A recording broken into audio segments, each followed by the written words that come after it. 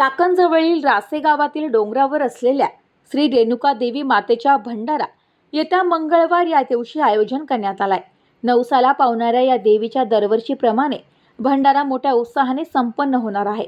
ग्रामस्थांनी व भाविकांनी उपस्थित राहून कार्यक्रमाची शोभा वाढवावी असे देवस्थानकडून आवाहन करण्यात आले आहे।